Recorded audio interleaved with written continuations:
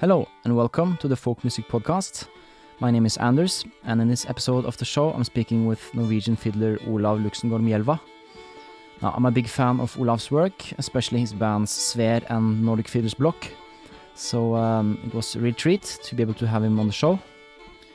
And we speak about Olav's various musical projects, including his newest project, which is the Folk Music Academy. That's something I highly recommend that you all go and check out.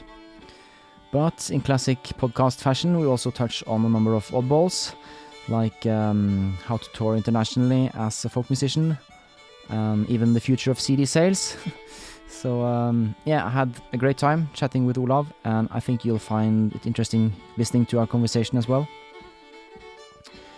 Now, this podcast is on the longer side, so I'm going to try to keep the intro as brief as I can. Now, I did actually travel to Olav's hometown Røros to record this episode, and that is something I always prefer to do, being in the same room as my guest whenever possible. So I find that I can't always achieve the same level of audio quality as I can here in my studio, but I think today's episode is decent enough. So without further ado, here is my conversation with Olav Mjelva. Okay, so I'm here with Olav Mjelva. Thanks for coming on the show. Thanks for having me on the show.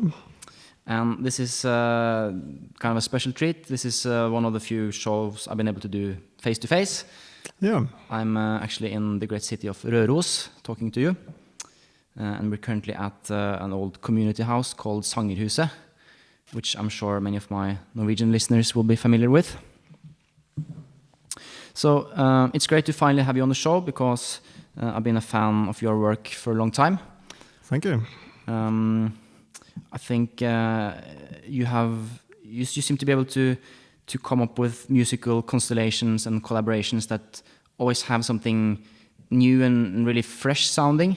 And we can speak about some of your specific projects like SVER and Nordic Fiddlers in a while. Yeah. Actually, I have a number of things I want to talk to you about, so we should just get right into it. But like I usually ask my guests to introduce themselves, and I'm sure that a lot of my listeners will already be familiar with you. But in any case, could you just give us a quick introduction to who you are and what you do? Quick intro. Yeah, my name is Olav. I usually also use Luksengård Mjelva, and I started playing the fiddle when I was 6 in the culture school, and then I joined the Røros spellemannslag. And the spellemannslag, that's kind of like a fiddle group, is it? Yeah, group of fiddlers. I had no intention of becoming a professional musician, but it's only many coincidences that is the reason why I'm sitting here today. That's usually how life works, isn't it? Yeah. So if this would be a normal year, I would be touring with my bands SVER, the Nordic Fiddlers Bloc, and Erik Rydvall from Sweden. And we also have a trio with Max Bailey from England. So then we are called Lodestar Trio. That's kind of your main projects these days? Yeah. And I also have a bluegrass band in Røros. And I'm trying to get back to playing more solo as well. Okay, cool. I did a lot of solo like 10 years ago and before. But the past years it's been like super busy with my projects, and it's also easier and more fun to play with others. Yeah. Well, I totally agree. But your background is, as you said, you learned to play in a fiddle group, and your first album was a solo album, wasn't it? Yeah. So you have like a really solid foundation as a traditional musician, like traditional music, if you know what I mean. Yeah. Before you like ventured into all of these different collaborations that you're doing these days. Yeah. The traditional music has always been in like my foundation for everything. So even if I'm trying to be really inventive with music. It's hard to escape from that. No, but are you trying to escape from it? No, I'm not trying. I absolutely not. I think it's great to have like a solid foundation, like you have in a certain genre. I think that makes it easier to search out new sounds when you have like you have a home base in a way, and then you can experiment going out from that. Yeah.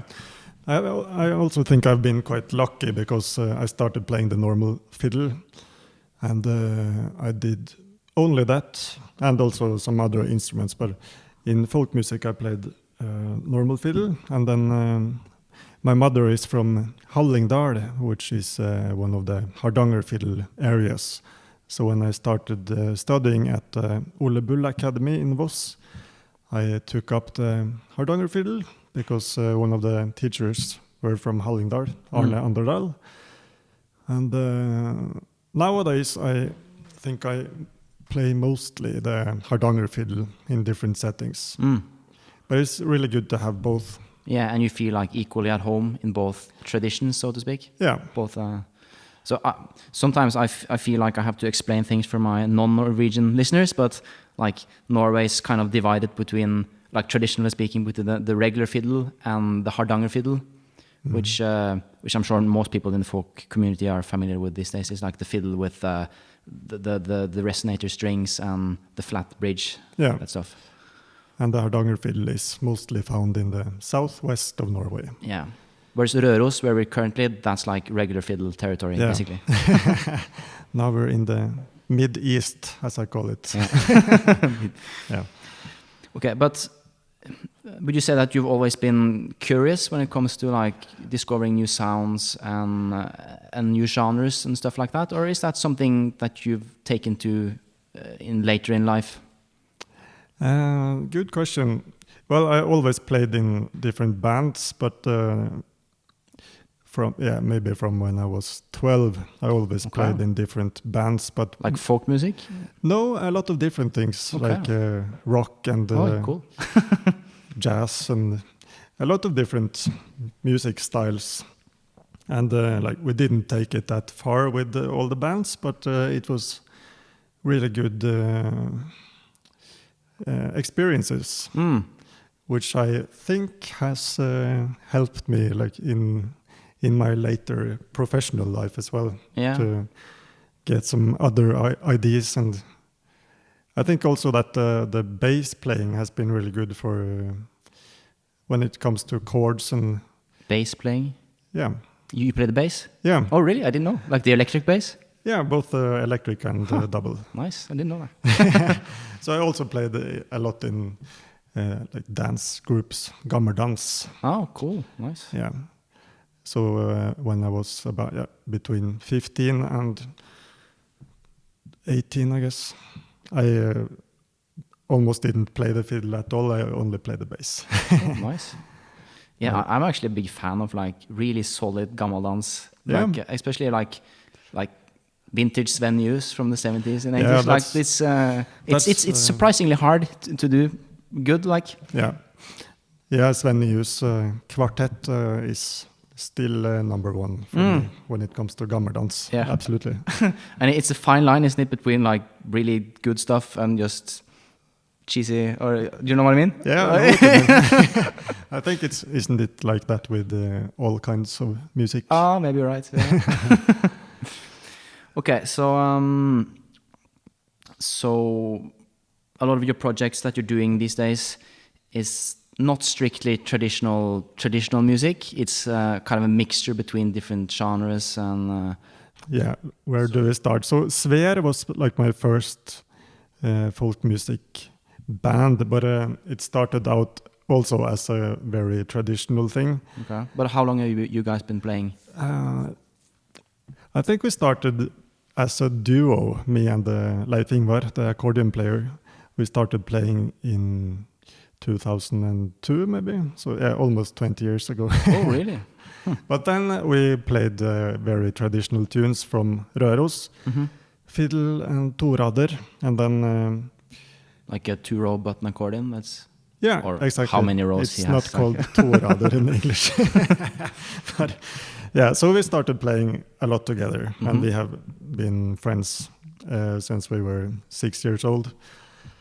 And then I think both of us had this urge to find like maybe new ways to harmonize and play second voices. And then we felt that we needed something more, and something more would be something like a guitar, perhaps. And then we got Vidar Skrede to join us, so we played for a while. And at that point, like playing folk music on the guitar wasn't really that common in Norway, and still isn't actually. No, I think I can count in less than one hand how many folk music guitar players we currently have in Norway. Yeah, but But Vidar is great though. He's really good. So at that time we understood that it's really fun to play something more rock, for like acoustic folk rock, and I think SVER has always been like some acoustic folk rock band, but also in the beginning with Vidar, and eventually when Vidar Berge joined us on guitar, we played a lot of traditional tunes, but we tried to take them to a new direction. Which is quite hard, I guess, because they're very like set. Yeah, like it's like if you take it too far, it's no longer traditional music, if you know what I mean.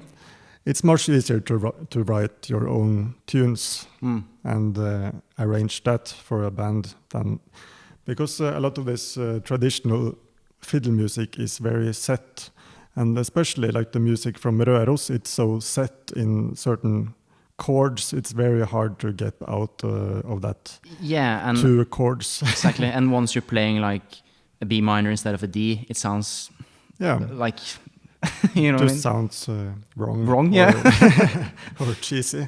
Or cheesy. Yeah. Yeah.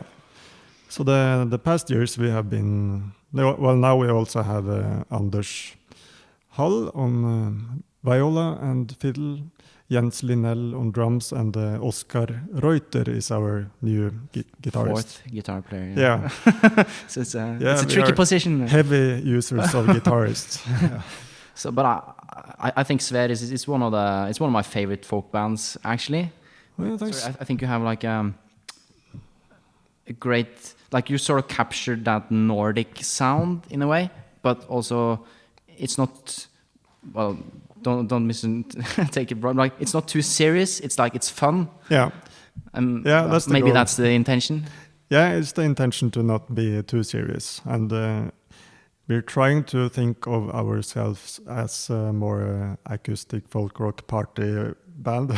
Yeah, but it's still in that Nordic. You can still get gigs at the folk club if you know what I mean. Exactly. Like, yeah, and SVER has been really good for me musically as well, because like I said in the beginning, we played more traditional tunes, but in the later years I've made more and more tunes, because I can hear how it would maybe work in that setting. Yeah, you know the sound of the band in a way. You can write specifically for the band. Yeah, and I really like to use the Hardanger fiddle in take it out of that traditional setting and put it on a huge stage. Yeah. With the band. It's it's like you said, it sounds Nordic in a way, but it's also something to do with the instruments, of course, and the Hardanger fiddle and the playing style on the Hardanger fiddle has a very unique sound. Yeah, it's really interesting. You can play almost anything on the Hardanger fiddle, and it just sounds different in a way. Like, personally, I think like Celtic music sounds really nice on the Hardanger. Yeah, absolutely. Don't know if you're familiar with Irish fiddler Quivin O'Reilly. Yeah.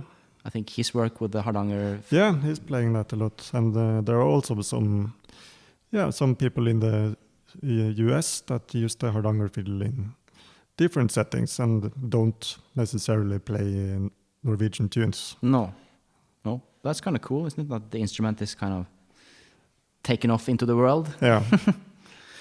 But with SVER, you play a lot in the US, it seems? Yeah, we have been playing we had a 10 years anniversary as a quintet 2 years ago. So we have been playing for a while, but it's also the thing that as an instrumental folk band, like Norway is just too small to be make a living from it. No. And Anders on fiddle and myself, we also play together in the Nordic Fiddlers Bloc. Which is your other sort of main project? Yeah, a fiddle trio. And we have been touring in the States, I don't know how long, maybe 6 or 7 years. So, and that has been like our main income during the year is those tours. And we decided to step it up with SVER as well. So we got an agent in the States and we've been touring there for 2.5 years, like twice every year, except from this year. Or yeah, actually in January. but you also tour quite a bit in Europe as well? Yeah, especially with the Nordic Fiddlers. Yeah, we have been playing a lot in the UK. Usually we have 2 tours in the UK, like Scotland, England, and every year, and then also a lot of festivals in Europe during the summer. But it's interesting what you're saying about Norway being too small to be like a folk music act, because in a way I'm kind of envious of your position in that you have a couple of really great projects that you can gig a lot with and kind of make a living almost out of them, which I suppose frees up more time for you to spend with your family or work on composing and writing, stuff like that. But to be able to get to that point, do you think you'll have to gig internationally to be a folk musician? No, it also depends what you want to do. Like Norwegian folk musicians, they really don't tour. It's extremely few Norwegian folk musicians that tour or outside Norway. No, what's the reason you think for that? I have no idea, but I think it might be something with a lot of Norwegian folk musicians are very traditional, and maybe they even aren't that interested in touring. Well, maybe could be. I don't know. It's but you it seems like you're very like outward seeking with all your projects. Yeah, it's something I learned quite early that if you're going to make a living from it, you have to treat every band as a business. Exactly. Yeah, and it is a business as well, even though it's a thing I really don't like to think about. No. But if you're going to make it work, you have to think business. And the problem is it has to be a business, but also a family. Yeah, it's a family business. Yeah, exactly. Yeah, and you need, of course, a good product, and you need to come up with new products, and you have to know how to sell it and work with other people to sell it and market it, and it's a lot of work. So, I mean, to get to the point where you can really tour, it's not easy for us either. No, I can imagine. I'm sure for some people it can seem like quite like we are living a good life on the road, and of course we are sometimes, most of the time. But to be honest, it's a really long way to get there, and it's not like you can just start touring in the US like that. You have to build up an audience. You have to find the right people to work with, and I think we're still not where we feel that we are on our top. Of course, we are just starting. But like when it comes to touring in the US, did you have did you approach it very consciously? Like we're gonna try to get a foothold on the other side of the Atlantic? Yeah. Okay. Yeah, especially with SVER and of course with Nordic Fiddlers. But it's also about getting out and play some showcases and meeting the right people at festivals, and it's a lot of work, and it's not like you will get rich on it. Probably never. No. But it's good fun when, like, I really love touring. Yeah, me too. And getting up on that stage and performing every night for a couple of weeks. It's and of course traveling, and it's very, you get extremely tired and you get sick of each other. Yeah. And you get sick of the car and the smell in the car and everything. Yeah. That's where the stories come from. Yeah. But even though it's when you work that much also to get your music heard, then you have to tour, because that's where people hear your music. Yeah. And it's just connected. So if I were to like work a lot with a new album and I couldn't play it for anyone, what's the point? Yeah. Or it could be a point for myself to have done it, but then it's no business anymore. So when you're coming up for ideas for new collaborations or musical projects, is that always like part of it in a way? Like, does this fit into the market in a way? Like, no, I think that's also quite. It's also coincidences, because SVER started more like, with my childhood friend, and we wanted to play more folk rock, and we saw it wasn't absolutely no business plan about that. It was just about making music and making the music that we want and get it out there and have fun. And the Nordic Fiddlers, I don't know, maybe it was a little bit more business thinking. It was actually Anders Hall's idea to begin with. So Nordic Fiddlers Bloc, that's your fiddle trio with Anders Hall, the Swedish fiddler, and Kevin Henderson from Shetland, and yourself? But that also started more like, then Anders and I had played together for a few years in SVER, and we knew Kevin a little bit. And Was he living in Norway at that point? He was, at least he was a lot in Norway. And we met him at a festival in Rauland, Telemark. And we just took it from there. But of course we had a lot of rehearsals first to try, is this something that we want to do? Does it work to play?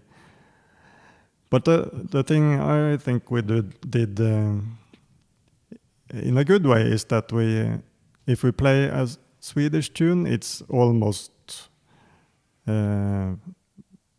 every time then Anders plays the melody. Okay. And if it's a tune from Shetland, Kevin plays the melody, and Norway.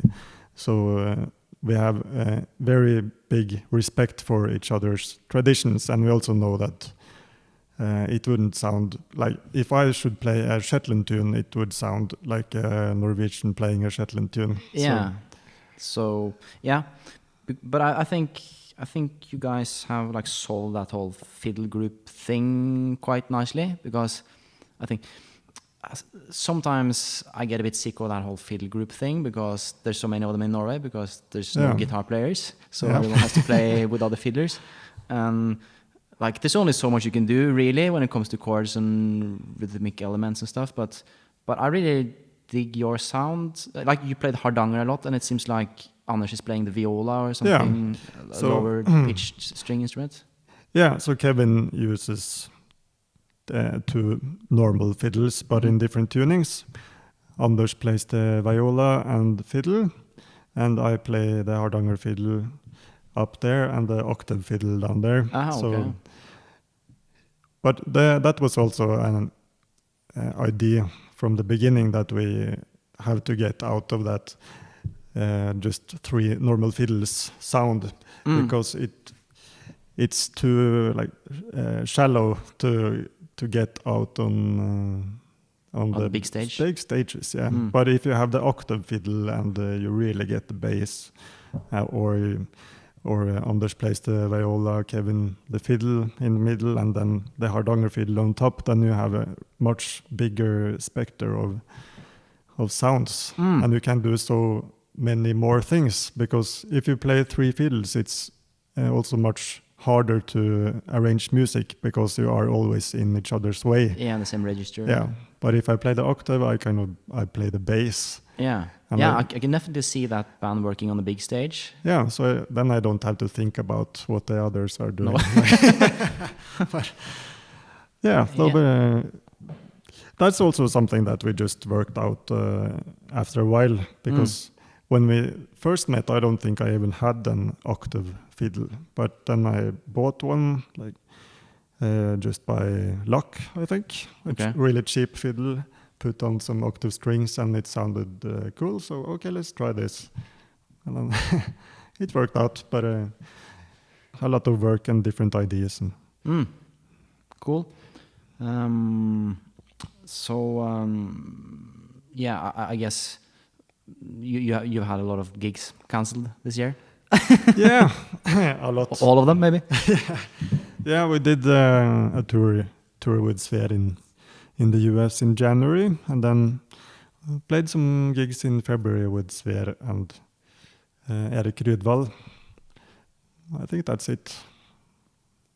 March was maybe the last, and then everything was cancelled until now, when I played a couple of gigs, but then November and December it's completely free. Yeah, but you managed to keep yourself busy nevertheless, haven't you?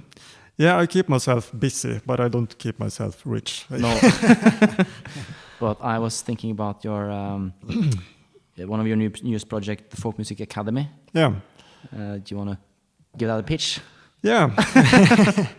So the Folk Music Academy is an online learning portal, you could say, or a website with where you can get a subscription, and you can get access to already quite a lot of videos.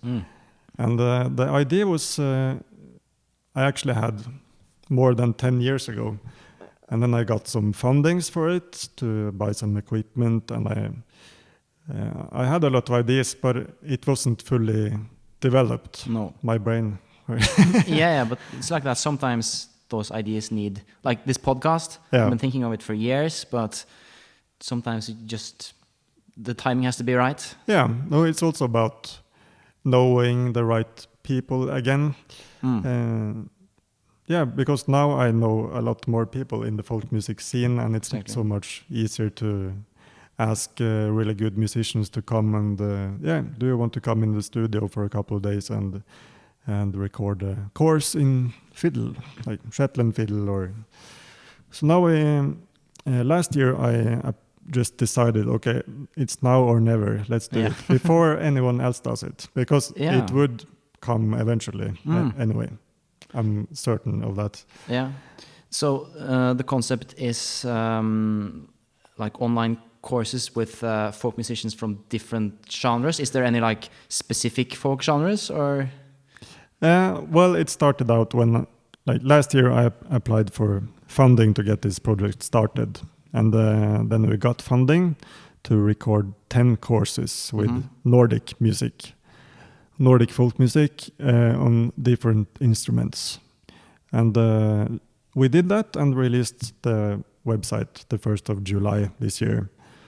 And then we have courses, fiddle, hardanger fiddle, nyckelharpa, accordion, so far. 10 different courses with people from Finland, Denmark, Norway, Sweden. But now we are recording a lot this fall, so I think we're recording almost 10 new courses. All right. So now we are, we're expanding a little bit. So also Shetland.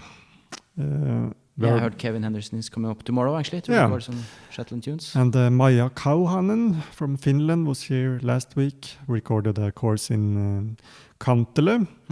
And then we're getting Matthias Perez on guitar, Ale Kar, Mandola, Ale Möller is coming. Huh. A lot of different courses. Also Tom Wille Rustad on really? Jaws harp. Okay. And we're also recording several beginners courses in fiddle, accordion, nyckelharpa. So that's how it is right now. But we are also starting like a sub. What do you call it? Filial. Sub company, maybe. Yeah, I don't know. maybe not. We're also starting to. We're trying. We're trying to begin filming in the US, because I know a guy in Maine who is a really good film guy. He actually filmed the Nordic Fiddlers once in Maine. So I asked him if he would be our US film guy. All right, cool. So now you're planning on incorporating like American old-time music and stuff into the course? Okay, cool. Nice. So the plan is to eventually record folk music from the whole world. Yeah, I like the ambitions. Yeah, but yeah, why we not? have been thinking a lot about this. But okay, you could of course make it a site just for Nordic music, but when you're first at it, why not take the whole world? Yeah, well, I like the attitude. Because, of course, it's so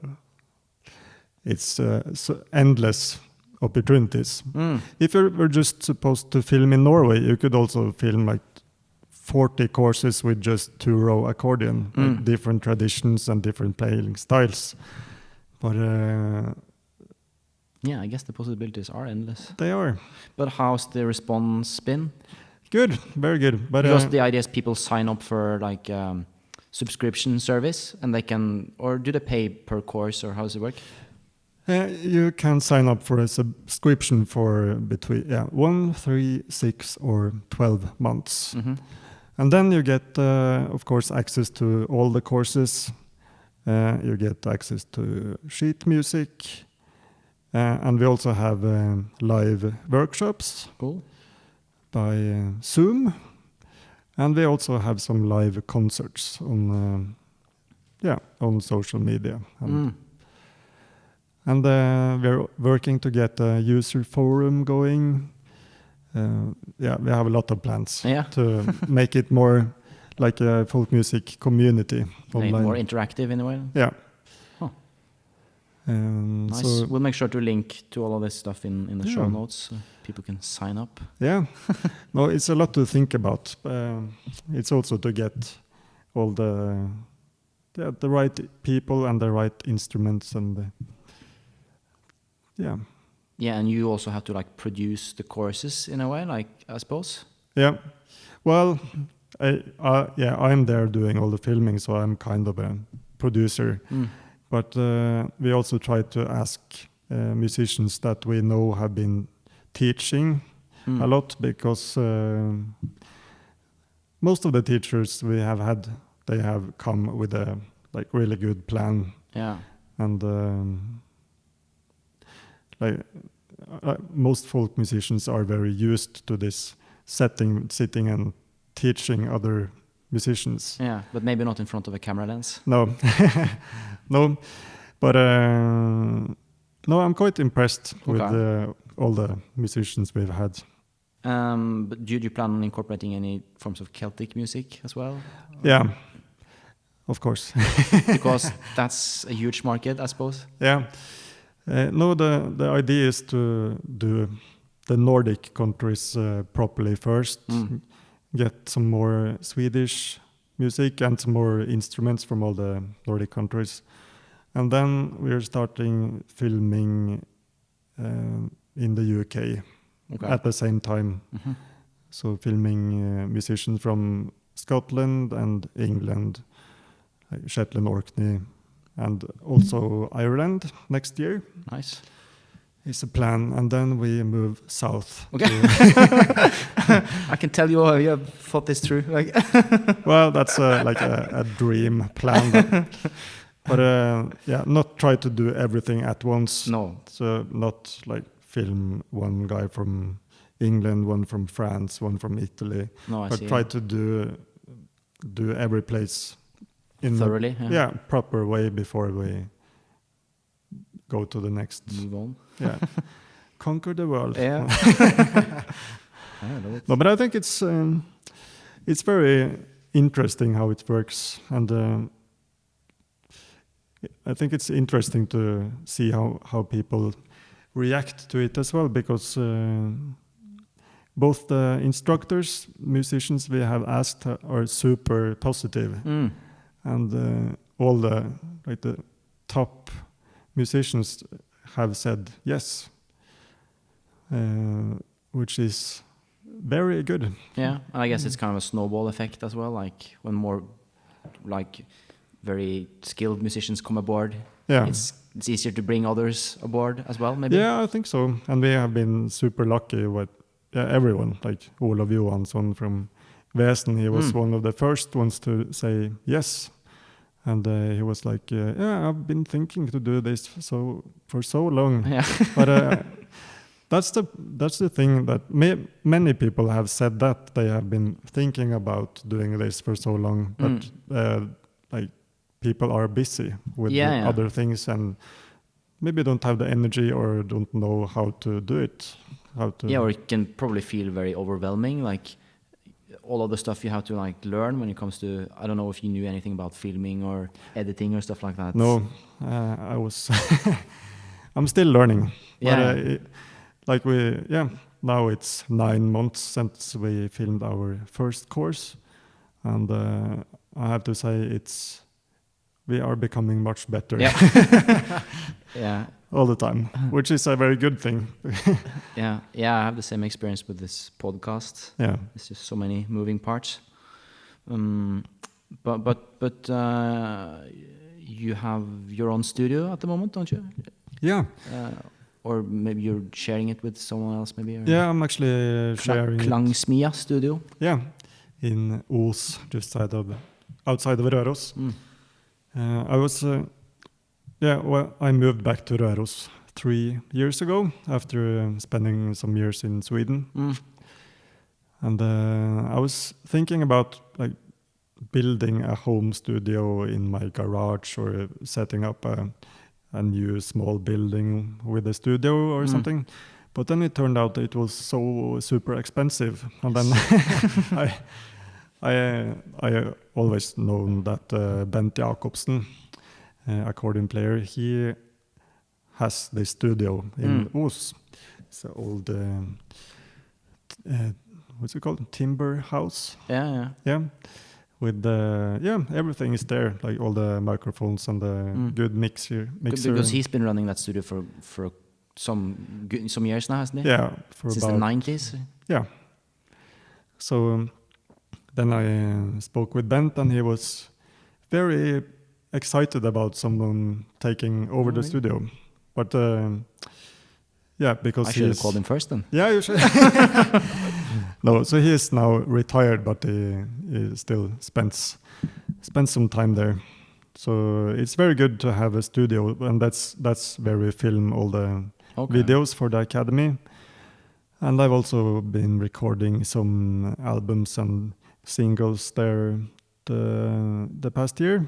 It's really useful, isn't it, to have your own plug and play studio? So the latest album with the Nordic Fiddlers we recorded there in January, and I got it in the mail now last week.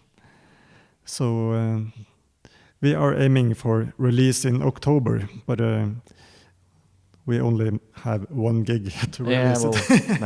that's how it is. So we just hope that people still want to buy some CDs. Yeah, well, how long do you think people will? Because in most other genres, CDs are gone years ago, but in the folk scene, people are still printing CDs and selling them, I think. Yeah, well, how long can this It's not looking very great. No, because in Norway and Sweden, the CD sale is basically dead. No, even at gigs. Yeah. But in the US, it's quite good still. and also in the UK, Germany is quite good. So most places are better than Norway when it comes to CDs. But it's only a matter of time before that market will be gone as well. Yeah, absolutely. Which, like, well, I stopped listening to CDs years ago, but I tend to buy vinyl, but I really miss the physical thing. Yeah. Do you think it will be possible to sell like just the booklet or something, or is? No, I don't think so. No. Like, people have tried so many things now with the USB sticks and the QR codes and everything. Yeah. But I think it's either Spotify or a real vinyl or CD. Yeah. But of course the CD is disappearing. But and the vinyls are so expensive to print and yeah, ship. we actually made vinyls with the Nordic Fiddlers you did? now. For the last one? Yeah. Oh, nice. So that's our first vinyl, the third album. Unfortunately, I find that the people in the folk scene don't really buy vinyl as much. No, so that's it's like mostly in the hipster or the Americana crowd. They buy the vinyls. Yeah. No, so we'll see. But for us, when we're out touring, the CD sales are a big part of the income. Oh, really? Yeah, because usually when we tour in the States, you maybe sell like 300 albums. Oh, really? And if you do the same tour in Norway, you maybe sell three. Yeah. So, yeah. Well, what can we do? But speaking of recording, you told me just before we went on air that you were thinking about a new solo album. So how long is it since your last? It came out in 2009, I think. Yeah. So it's about time. Yeah. But yeah, as we said before we went on here, it's easier to work with other people. Yeah. Why is that? I don't know. It's more fun to be. Yeah. Well, I totally agree. To be social and make music. I mean, you're coming from the kind of Norwegian folk music world, but I'm kind of more. I come from the jazz and the pop world, and I've always been used to playing with other people. But I kind of admire folk musicians who are able to play solo and record solo and sit on a stage solo and play an entire concert. Yeah. Like, I've never done that. I'm not sure if I can ever do that. So it's definitely a skill. Yeah. I think playing solo is very rewarding. You learn a lot about yourself. Okay. and music and playing, because playing solo is very transparent, and playing together with others you can play mistakes and people don't hear it. Yeah. But there's such a big difference between being solo and being a duo. Yeah. If you know what I mean? Like duo, trio, that's kind of the same thing, but once there's just you, there's no one to kind of share the energy. Everything comes to you. But I still think that like when you're playing solo and you feel that it's going the right way, it's that's even more rewarding to have than to have a really good gig with a band, because I don't know, when you play solo, everything comes from you, like your most inner feelings. Yeah. And energy and improvisation and everything just should work. And when it works, it's a really good feeling. And I guess it allows you to do like improvised things and stuff that's harder to do when there's other musicians in the band. Yeah, I suppose. Yeah, it depends on who the musicians are. Yeah, well, that's also. But do you think, would it be like traditional music, or would it be like your own compositions? I'm not sure. Like my last album was a very traditional album with fiddle and Hardanger fiddle. And I really want to record a solo Hardanger fiddle traditional album with tunes from Hallingdal. But I also have a lot of my own material that I want to record someday. But it's hard with the... I think it would be easier to record my own stuff. Because because I don't have that high expectations. That if you're coming with a solo Hardanger fiddle record, I really want it to be good. Yeah. As opposed to your own music, yeah. But I see what you mean. Like, it seems, again, I'm kind of coming from the outside here, but it seems to me like the Norwegian fiddlers, like when they play their own traditional music, the stakes are like as high as they can be. Yeah. But when it's more like you say, like your own projects or like newly composed music, or then they seem to relax a bit more. Yeah, it's also that there are more fiddlers in Norway that can play the music from Hallingdal quite good. But there are no other musicians that can play my music as good as me. Well, I guess that's a good point. Just to briefly touch on your duo with Swedish Nyckelharpa player Erik Rydvall. You've released 3 albums together at this point, is it? Yeah. It started out... Erik Rydvall is a Swedish Nyckelharpa player. And let's just explain what a Nyckelharpa is in case... Nyckelharpa is a huge fiddle with keys. Looks like a guitar almost. Yeah. And 12 sympathetic strings. So it's a lot of strings. And it's usually tuned like a viola, the top strings. But Erik and more modern players, they use a little bit different tuning. But we started playing also, 10 years ago. And the idea was to bring the Hardanger fiddle, like the Norwegian sympathetic stringed instrument, together with the Swedish sympathetic stringed instrument, because I have never heard them played together. No, maybe not. Actually. And I contacted Erik because I knew him a little bit from before. We had met at some festivals when he was playing with his band Nordic, and we were playing with SVER, I think. So I contacted him and we met in Stockholm, and we quite soon realized why the instruments have not been played together. Because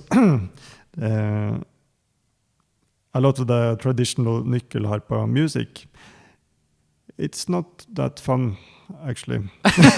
Like the music itself? Yeah. Why is that, you think? Well, I shouldn't really say that. But, well, if you look at the very traditional music, it's a quite easy, like dancing tunes, a lot of it.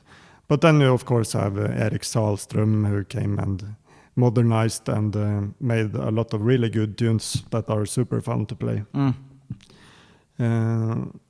So it's... but Erik seems to play like every kind of music under the sun on that instrument. But the thing is, that music is not that fun to play on the Hardanger fiddle.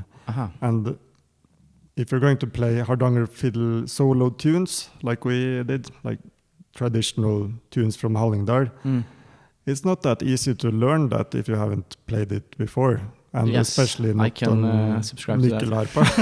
Yeah. And so also, the Hardanger fiddle tradition seems to be very hard to play with other people, in that the tunes, as far as I understand, aren't really set in like... it's not structured as the regular fiddle tunes. It's kind of motive-based in a way. Yeah. At least most of the tunes are like that. So it's more up to you to use the feeling at the moment, or follow the dancers, feeling the energy in the room, and so Erik had a lot more work than me in this project to learn my music from Hallingdal, because okay, so most of your repertoire is like based on the Hardanger tunes? No, it's 50-50. So half is Hardanger fiddle tunes or tunes in the Hardanger fiddle tradition style. Mm-hmm. And the rest of it is it's quite a lot of Nyckelharpa tunes, a lot of Salström, and some just Swedish good tunes. Yeah. And some As of opposed to the bad tunes. yeah, and some of Erik's good tunes as well. Yeah, so we spent a lot of time to try to get the instruments together, because it's also the thing with the tuning and the different keys, because the Hardanger fiddle is usually tuned up to B, but we ended up with me using two different Hardanger fiddles, one tuned up to B and one tuned up to C, because then I could cover most of the keys in his tunes. Mm-hmm. And then like the Nyckelharpa is quite good because you can play it. Well, Erik is also extremely good, of course, but he can play in basically every key. Yeah. And that's much harder on the Hardanger fiddle. Yeah. Yeah, it's a very diatonic instrument in a way, the Hardanger fiddle. Yeah. Well, no, so that has been a very developing project for both of us, I think. Yeah. And the good thing about that cooperation with Erik is that he's quite open to. He doesn't really think of himself as a trad folk music player. He is more like a musician, and he is very open to improv and different sounds. And I have learned a lot from that project. Okay, when it comes to improvisation and stuff Yeah, like that. and yeah, of course, and also in that duo we have been trying to like reach quite high, how we can use the instruments, how we can develop our techniques, and yeah, and playing together. So it's been very good for me, like both in a technical way but also in a musical way. So new ways to think about using the traditional music. Cool. And you recently expanded into a trio almost with It's a really good English violinist, Max Bailey. He wrote to us a couple of years ago, and I don't know how he had heard us, but maybe it was a video on Facebook or something. And he wrote to us, "Okay, guys, do you want to meet up? I want to, want to try playing together with you." Because he is like he's a super violinist. He's one of the best I've heard. And coming from the classical world. Yeah, and he is a super Bach nerd. He knows everything about Bach. Mm-hmm. I don't, but I've learned a lot. So he came up to Røros. Well, first we had to check who he was. Of course. And we did, and he sent us some videos of him playing solo. He also plays the viola really good. And we were just blown away, basically. Well, what this guy wants to play with us. He's like a super concert violinist. And yeah, he came to Røros. We sat in my room and played for 3 days. Mm-hmm. Just, yeah, he is also a very good musician. It's like he's very open, and he really loves improv and trying new styles, and yeah, just. What kind of music are you playing together? Is it like new tunes, or is it are you kind of following him into the Baroque world, or is he following you into the folk world, or how does it work? A little bit of everything, but I think the main idea is maybe to play Baroque music with folk instruments, and him as our guide. Yeah. No, but I think it's really interesting, and it's super hard for me to jump into that music, because it's a lot of difficult things technically, and also on the Hardanger fiddle, because it becomes like in the wrong keys, and I have to cheat a little bit how to how to work around it. But I mean, both Max and Erik, they are extremely good. And Erik seems to have been working a lot with that Baroque thing for a long time. Like, their technique is so good, so they can basically play anything. And it's been really something to reach for for me. So I've been, I really like that project. Yeah. But you seem to be able to always like find your own voice within project like that. Yeah. Which I think is a skill and something I strive for in my own playing, is that like, I know that I can't play everything under the sun perfect, but it's all about finding like, how can I fit into whichever project I'm involved in? Yeah, that's the thing. And I'm not a person that really takes over the space if I'm not feeling safe either. No. But I think it's about knowing your skills and limitations. And in that project, I know that I'm not like a super Bach violinist, so I'm not trying to be it either. No. But I'm thinking, like, in that project, that it can be equally as interesting to hear how it would be like interpreted by folk musicians on a Hardanger fiddle, instead of thinking that I want to sound like Max Bailey. No, exactly. Yeah. So it's about like playing to your strengths in a way. Yeah. Cool. But have you guys done any recordings? I saw some videos, something from the church, Røros church. Yeah. We actually got a record deal. Oh, really? With they still exist? Yeah. Actually, with one of the bigger classical labels. Oh, really? Huh, that's nice. So we're going to discuss it with them this week, actually. Cool. But as you said, do they still exist? Yeah. or what does a record deal outside the big commercial scenes mean anymore? I'm not sure, actually. But I think maybe that in that scene, in the classical scene, it could be still be something that would mean more to us than just releasing it ourselves. Yeah. So it's kind of like the weight of the name of the label itself is not just the financial side of things. Yeah, I think so. To reach out to the right people and also get a distribution network. Because with all the other albums I do now, we release it on our own label. Ah, you do? Okay. Because we have just realized that it's too expensive to use any other label or company that just runs off with all our money. Are you talking about marketing now, or? No, I'm talking about the like pressing and stuff like the that, whole thing.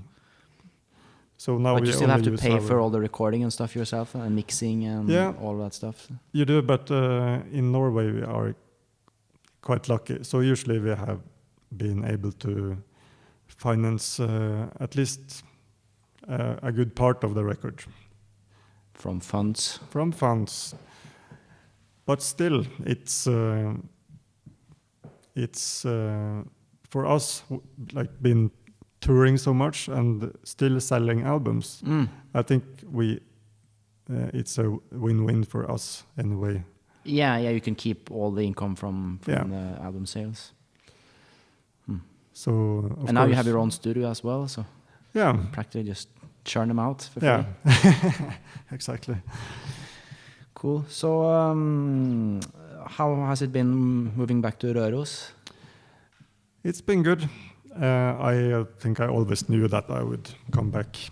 But I was, before we moved here 3 years ago, we were living in Sweden, where my girlfriend is from. And I never saw myself getting old in Sweden. Okay. So because I think it's something to do with the whole folk music thing as well, that I feel like the music from Norway, of course, Røros and Hallingdal, it's such a big part of my identity.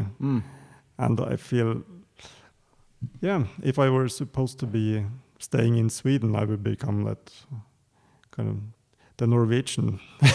Yeah, I see what you mean. Yeah. And the kind of, and of course lose out on a lot of the things going on here, because Røros is it's a really living folk music scene. Yeah.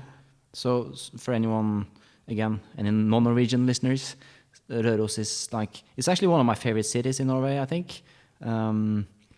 It's one of the few small towns that have managed to keep a lot of the old buildings and culture. And it's also a very rich culture, because it used to be like a regional center going back 300 years or more, because there used to be a big copper mine here.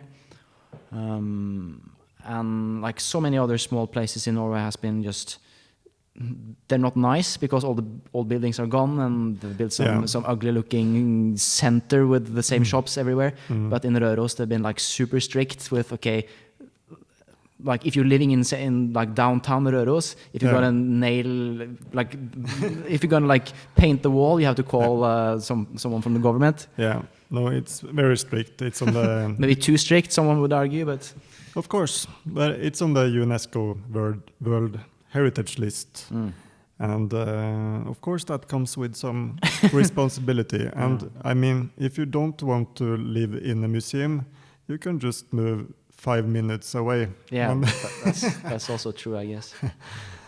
But how is the folk music scene in Røros at the moment? Because going back, this has been one of the centers of folk music, right? Or at least in my understanding. But maybe there was kind of a gap in the 80s and 90s with not too many young people playing. I don't know. Or how is it these days? My feeling is that it has been quite good. Okay. But it depends on what you compare with, of course.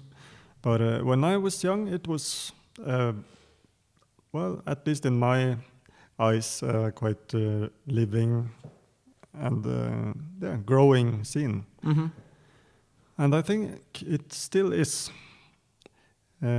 It's a lot of people playing the fiddle, mostly fiddlers here. And the dance is also a big part of it. Okay.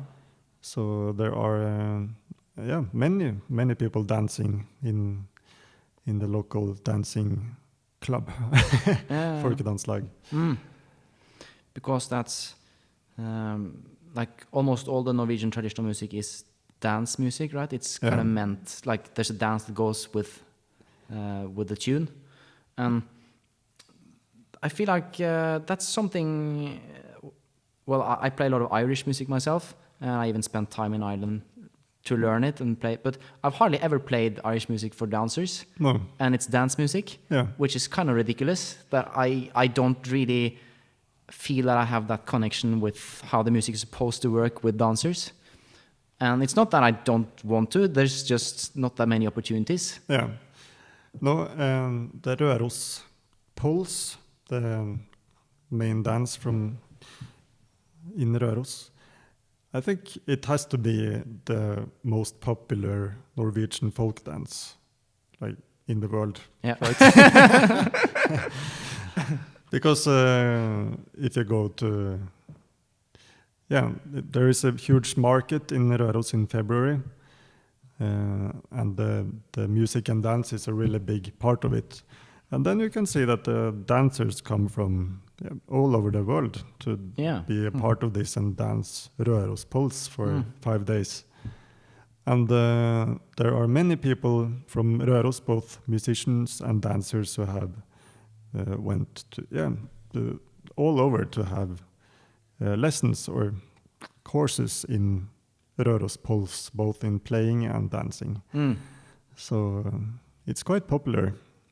And it's quite an easy dance to learn. Mm-hmm. And it's also like the music, the simple version of it is quite easy to learn. So it's a good entrance. Like it's much easier to learn a Røros pulse than a springer from Telemark. Yeah. In my eyes. Yeah, you kind of get the structure of the tune faster. Yeah. But then there's like, you can spend the rest of your life perfecting it. Yeah, exactly. There are so many layers and sub-layers of what you can do to make it better. And I'm still working on it. Like, how do I do this with the beat and the energy and it's so many things, like double strings, ornaments, double stops. How do I use my energy there and on that beat? And do you play a lot for dancers yourself these days? Not so much anymore. I think the past 10 years has been a lot of concerts and projects. But before that, I played a lot for dance, and I kind of miss it. Yeah.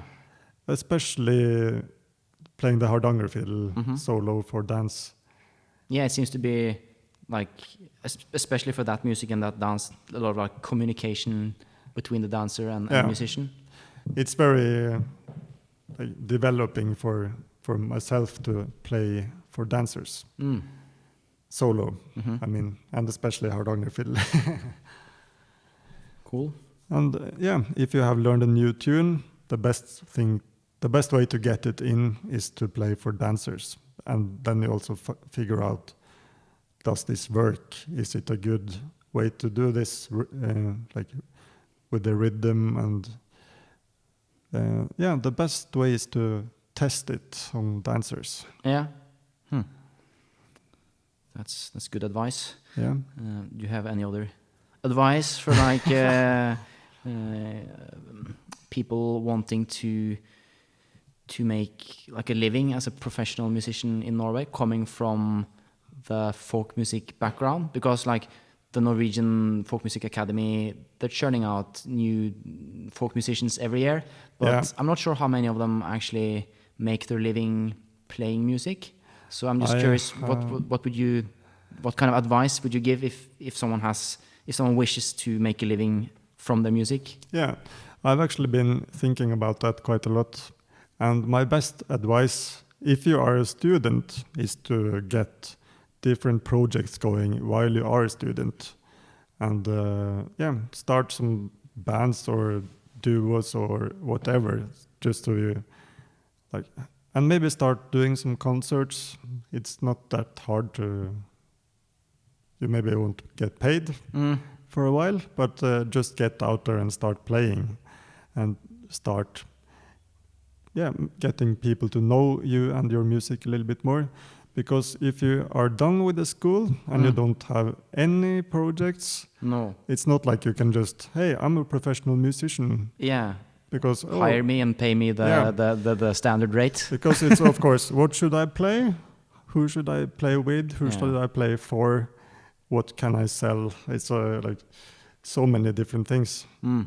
And luckily for me, we had started both SVER. Yeah, at least we had started SVER when I was done studying, which was a really good thing.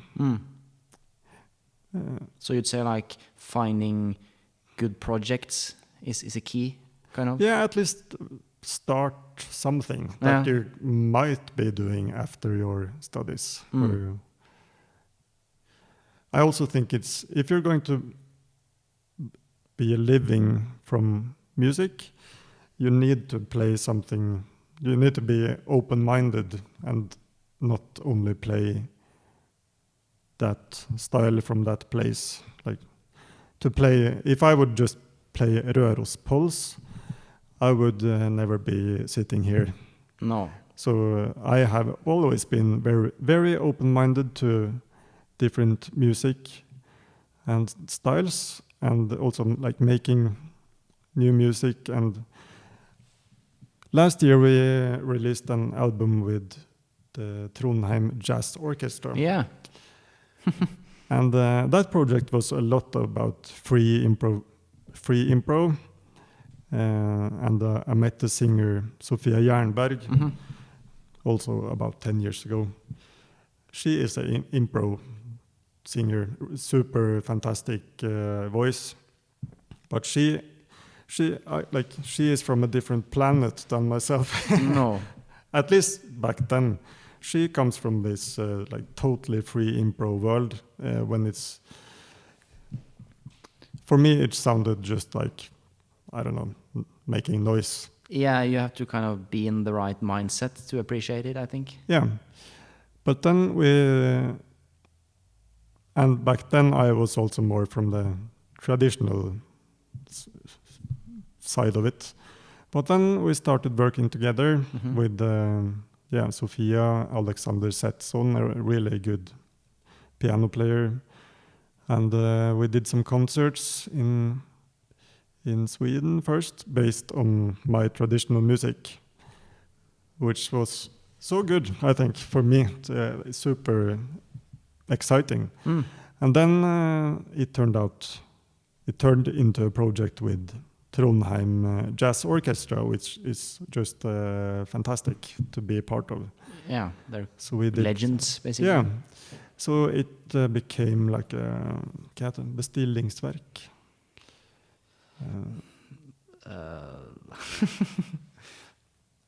Yeah, the first time it was performed was at Vossa Jazz. Like a commissioned piece. Commission, exactly. That's what it's called. Yeah. A few years ago. And then I found it so interesting because this project was really challenging for me. It was super cool to be there with 13 musicians, some of the best jazz musicians in the country, right? And myself with the Hardanger fiddle and my tunes, but still I also got to do a lot of improv and be a part of that process. Yeah, and you wouldn't gotten that gig if you hadn't been as open-minded, no. as you said. And after the concert, one of my friends came up to me and said, "What the hell are you doing?" Really? Yeah. But I think it comes down to being open-minded to music. And I really respect some of my friends who I went to school with, like Benedicte Maurseth. She has gone her own way.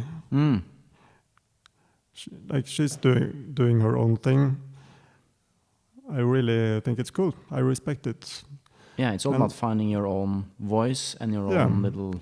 It's more about that, exactly that thing, like finding your own voice, than playing exactly like a fiddler did 100 years ago. No, because that fiddler probably also had his own voice. Yeah. He didn't play exactly like some other fiddler 100 years before that. No, and this is also like, when you think about the trend-setting people in every tradition in Norway, it's always someone who have come with a new sound, like Hans Bremi in Gudbrandsdalen, Egil Syversbråten in Hallingdal. In every tradition you find people who they don't really play like their teachers. No. They go their own way, and it becomes really good. Yeah. Like Trond Westberg in Røros, super good fiddle player. He set kind of a new standard as well inside the tradition. And I think that's my best tip, is to be open-minded and get some projects started. So, yeah, I see we're way over an hour now. So I'm not going to keep you anymore. Okay. But this has been great. It's really nice that you could come here. Yeah, It's great to have an excuse to come to Røros. Yeah. If people want to check out any of the music that we've mentioned here, where would you like to send people? Good question. You have your own website, I suppose? Yeah, probably our websites are the best. The Nordic Fiddlers Bloc.com or SVERfolk.com or olavmjelva.no. All right. Or rydvallmjelva.com. Yeah, there's quite a few websites. And the folkmusicacademy.com. Exactly. Is it possible to pre-order the vinyl for the Nordic Fiddlers Bloc? Yeah, album? Absolutely. It's arriving in a couple of weeks. Okay, sign me up for one then. Yeah, absolutely. Okay, great. Hope to see you again very soon. Yeah, some tunes next time. Hopefully, yes. Yeah. Take care. Take care. Thanks for listening to this week's episode of the Folk Music Podcast. As always, you can head over to the Folk Music Podcast to learn more about the episode. And if you're watching this on YouTube, I would highly appreciate it if you consider subscribing to the channel. That would go a long way. And you can also find the show on Facebook and Instagram as well. That's it for this week though, but we will be back next week with another great guest and another episode of the Folk Music Podcast. See you later.